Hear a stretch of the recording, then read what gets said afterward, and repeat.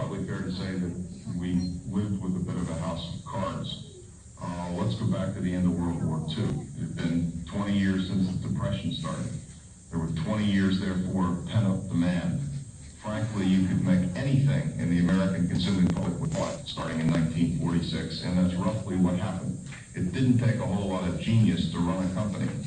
And during this whole time period, we built all these management techniques and devices and complex structures and made the horrible mistake of associating the structures with the success, when the success, frankly, was a bit of an anomaly from the environment. A few of us began to think, I guess increasingly strongly, that we were in nothing less than crisis, because industry after industry were starting to lose to foreign competition. I mean, things we used to own, like the automobile industry, suddenly was somebody else's, the Germans and the Japanese. And we felt very strongly that unless something different happened, and I mean greatly different, not the same old stuff again, not a reinforcement of the same old management technique, unless something really different happened, we were really headed downhill fast as an economy. And so we went out looking for models of, is somebody doing it right? And are they doing it right in the United States? Looked at another way, it's nothing less than a 180-degree shift in the way we think about managing and leading. The models and the metaphors of the past have been the manager as a cop, as a referee, as a devil's advocate, as a naysayer, as a pronouncer. The words that we found that seem much more appropriate in the excellent company are the manager, the leader, as a cheerleader, as a coach, as a facilitator, as a nurturer of champions. The drumbeat and the drumbeat that has been so sadly missing was it all comes from people. Ladies and gentlemen, boys and girls, Donald Duck's 50th birthday parade.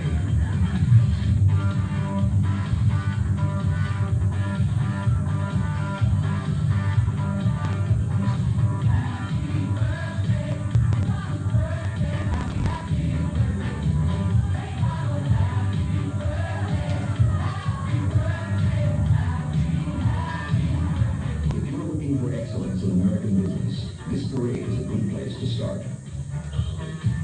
The best-loved characters ever created are strutting their stuff on Main Street at Walt Disney World, and people are having the time of their lives.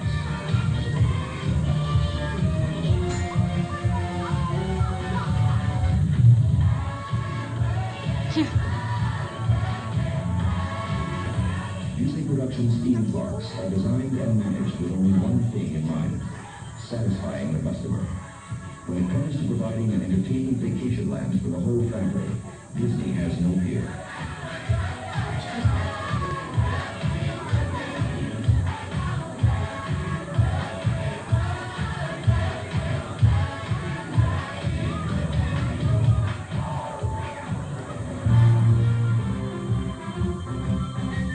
Here in Orlando, Florida, the gates to Walt Disney World open at 9 a.m. every day of the year. In less than an hour, the grounds are mobbed. On a busy summer day, more than 100,000 people converge on the park. The price of a one-day ticket to the Magic Kingdom or Epcot Center is $18. But most folks buy a 3- or 4-day pass, stay on the property at one of 3 Disney-owned hotels, and eat their meals in Disney restaurants. Last year, the park hosted 23 million people from all over the world and took in gross receipts of $730 million.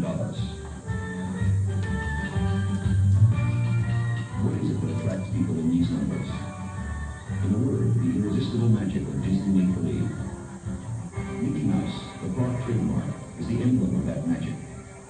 When a Disney executive takes you out to lunch and tells you it's "I'm the mouse," he's not kidding.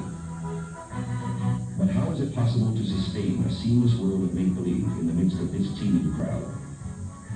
The Disney solution to this challenge is one of the best examples in American business of how a large company communicates its values to its employees.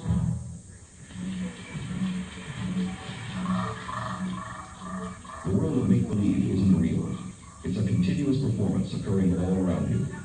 The physical park is a giant stage. But to come alive, a stage needs performers.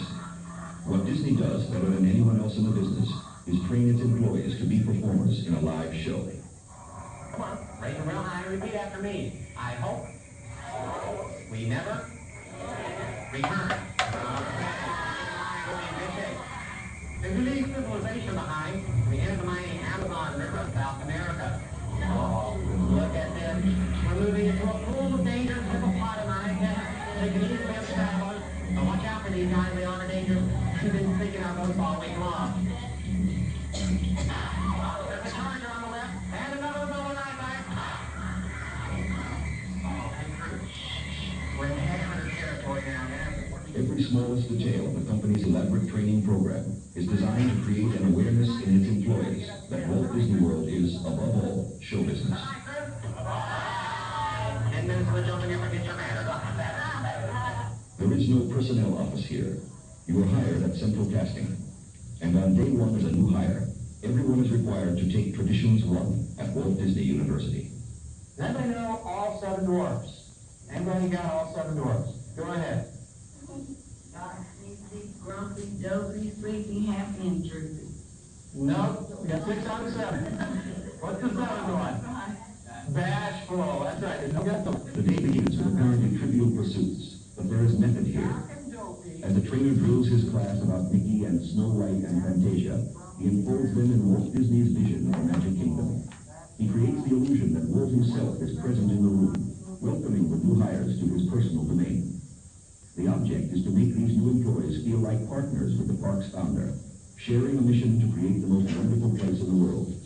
And if you went to Tomorrowland, There is no better example of how a large company instills values in its employees. and of course he made sure he kept the place clean. He made sure it was simple and unconfusing. He made sure that he gave the people a good value for the dollar that they spent when they visited Disneyland. And most of all, he made sure that all of his employees were friendly, polite, courteous, and helpful. Just grab a seat, make yourself comfortable. After lunch, the class moves to a small theater, the perfect setting in which to learn that they are all to be players in a live performance. What business are we in? You know, everybody knows that McDonald's makes hamburgers, General Motors makes automobiles, Sony makes TVs, but what does Disney make? Makes people happy. Exactly. Doesn't matter who they are, where they come from, what they do, what language they speak, what color they are, or anything else. We're here to make them happy. Nobody's been hired for a job. Everybody has been cast for a role in our show. Because of that, everyone's a cast member. You're all hosts and hostesses. There's no custodians, no cops, and there's no bellboys or anything else. Everybody's a host and a hostess.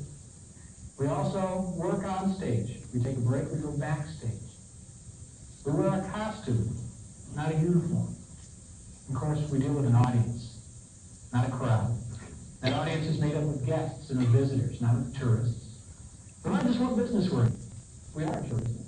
We are entertainment. On stage, off stage, a simple distinction that Disney drums into its employees endlessly. Walt Disney saw to it that the stage itself, what customers see as they move through the park, was what he called picture perfect. There are props, backdrops, lights, and everything else that goes into a giant production, but all is hidden from sight.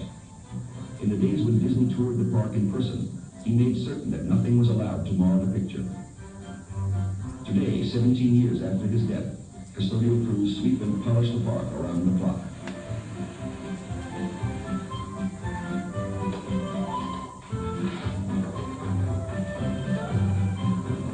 Off stage at Walt Disney World is really understage. The park is elevated. At ground level, beneath it, runs a maze of tunnels called the Underpark. Located down here is the computer center which controls the rides, a cafeteria for employees, and the wardrobe department. Clean costumes, not uniforms, are issued to cast members, not employees, at the beginning of each day. With 2 million items in stock, this is the largest theatrical wardrobe in the world. There you go. Have a nice day.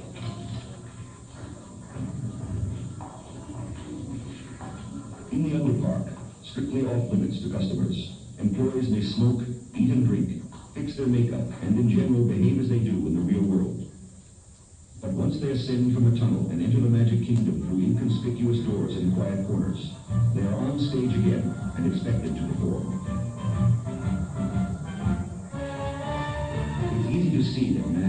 costume characters like Captain Hook are performing. But the thing to remember, and the point that Disney emphasizes to its employees, is that everyone is a part of the show, including the VIP hostesses stationed near City Hall to answer questions. Each land is going to be a little more detailed, and it'll list all the attractions, restaurants, and shops. Okay? So you shouldn't miss a thing, and you're starting off in Town Square. Okay? How are you today? Each player's responsibility is the same. Make the guests, not customers, feel welcome and special. This guy is important. How can I make him feel that way? What can I do to give him the kind of day that he came to Walt Disney World for? And that's not easy. I'm not going to kid you. That's probably the most difficult thing you're going to have to contend with here at Walt Disney World. People get upset. They get angry. They get lost. They get confused. They get hot. And they take it out on you. And you don't deserve it. How do you do it? How do you maintain friendly, smiling, polite people? You know, we get letters every day, all the time. And Like everything else in the park, the training itself is a performance, scripted, rehearsed, and faultlessly delivered by the trainer. And I'm going to stand here and I'm going to go pixie dust. Go with your eyes around. Folks, it doesn't work that way. How does Disney do it? By making certain everyone understands his role in the show. When Traditions 1 has been completed, new hires go into the park for 3 days of operations training. Disney chooses terminology for the image it projects. Rides aren't rides, they're attractions. And the script, in a hats off to the carnival barker, is called the spiel. That's not spiel, but spiel. At the Jungle Boat Cruise, the spiel is 9 pages long. To discourage ad-libbing, it includes a list of approved variations and 3 pages on the philosophy of the ride. Nothing is left to chance. You can't try to act like you're scared, okay? Hard to remember.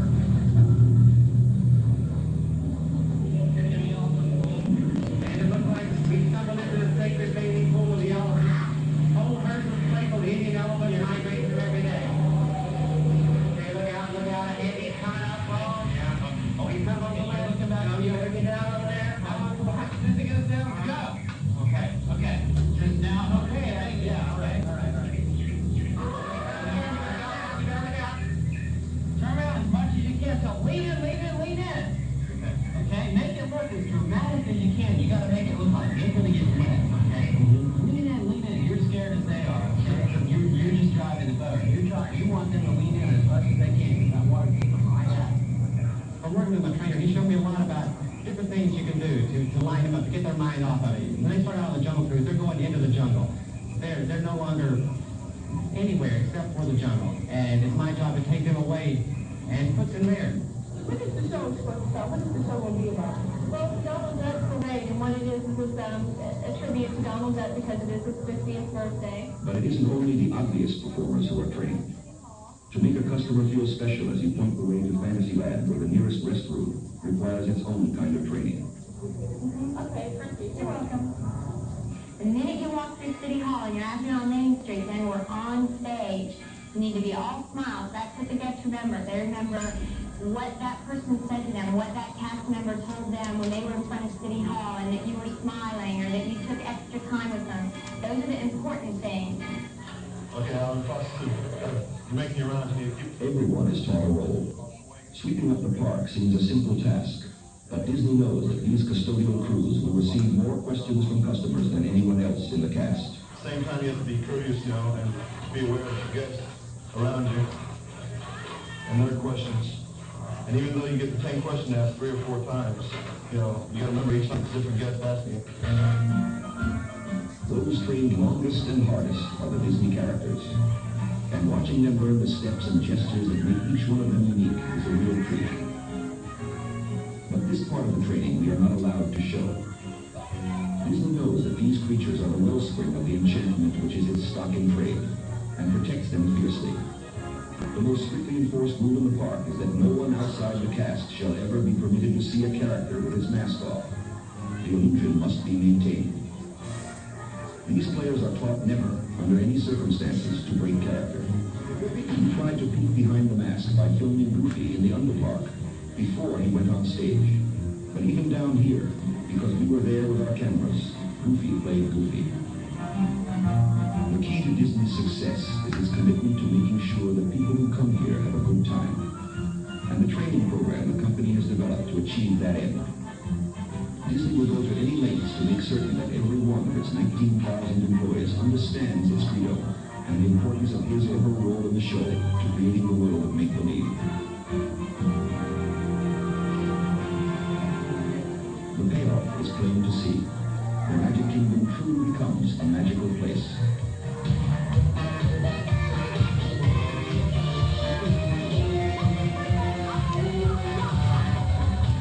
Try resisting this phenomenon. It isn't easy. Crowds flock here as if lured by the Pied Piper. And once inside these walls, no less than the children of Hamilton, they are enthralled.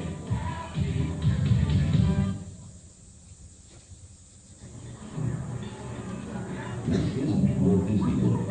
It's a family-owned food store in rural Connecticut, Stu Lemon's Dairy. What's